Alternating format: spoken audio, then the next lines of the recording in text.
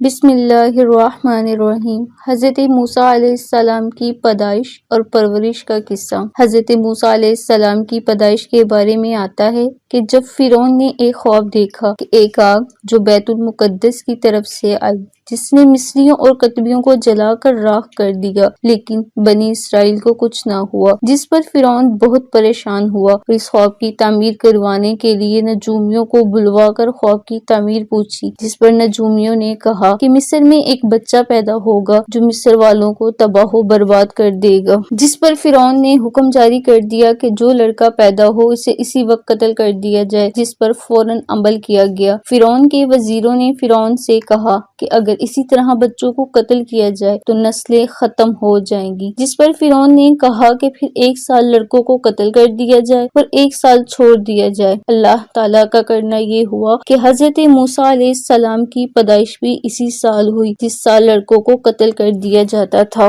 جب حضرت موسیٰ علیہ السلام کی پیدائش ہوئی تو آپ کی والدہ ماجدہ نے آپ کو ایک صندوق میں بند کر کے دریائے نیل میں چھوڑ دیا۔ ایک دفعہ فرعون اور اس کی بیوی حضرت بی بی آسیہ ایک ساتھ سیر و تفریح کے لیے نکلے۔ جب دریائے نیل پر پہنچے تو اس وقت فرعون کی بیوی حضرت بی بی آسیہ کی نظر ایک صندوق پر پڑی جو دریائے نیل پر تیرتا ہوا جا رہا تھا۔ حضرت بی بی آسیہ نے فرعون کو مخاطب کر کے کہا کہ اس صندوق کے اندر کیا ہے؟ یہ سن کر فرعون نے اپنے وزیر کو فوراً صندوق کے نکالنے کا حکم دیا۔ اس صندوق کو باہر نکالا۔ جب اس صندوق کو کھولا گیا تو اس میں ایک حسین و جمیل بچہ تھا۔ یہ دیکھ کر فرعون کو فوراً اپنا خواب یاد آ گیا جو اس نے اپنی سلطنت میں دیکھا تھا کہ کوئی بچہ پیدا ہوگا جو بڑا ہو کر اس کی بادشاہیت کو ختم کر دے گا۔ فرعون نے حکم دیا کہ اس بچے کو فوراً قتل کر دیا جائے، جس پر بی بی آسیہ نے کہا کہ ہمارے ہاں کوئی بچہ نہیں، بس ہم اس بچے کی پرورش کریں گے۔ اگر آپ کو شک ہے تو اس کو آزمائیں، ایک طرف پانی رکھ دیں اور ایک طرف آگ کے گولے رکھ دیں۔ اگر یہ اپنا ہاتھ پانی کی طرف موڑ دے گا تو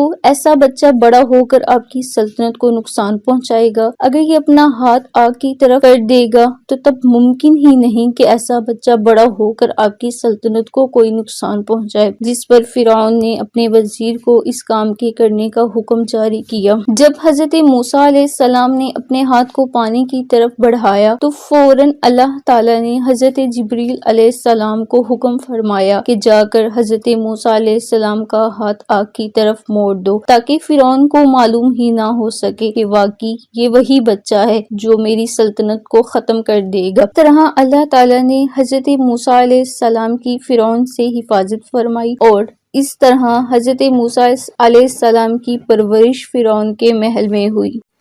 جی ناظرین، اگر آپ کو ہماری یہ ویڈیو اچھی لگی ہو تو ہمارے چینل کو سبسکرائب کریں، ویڈیو کو لائک کریں، کمنٹس باکس میں اپنی قیمتی رائے کا اظہار ضرور کریں تاکہ ہم مزید بہتر سے بہترین ویڈیو بنا کر آپ تک پہنچاتے رہیں۔ شکریہ۔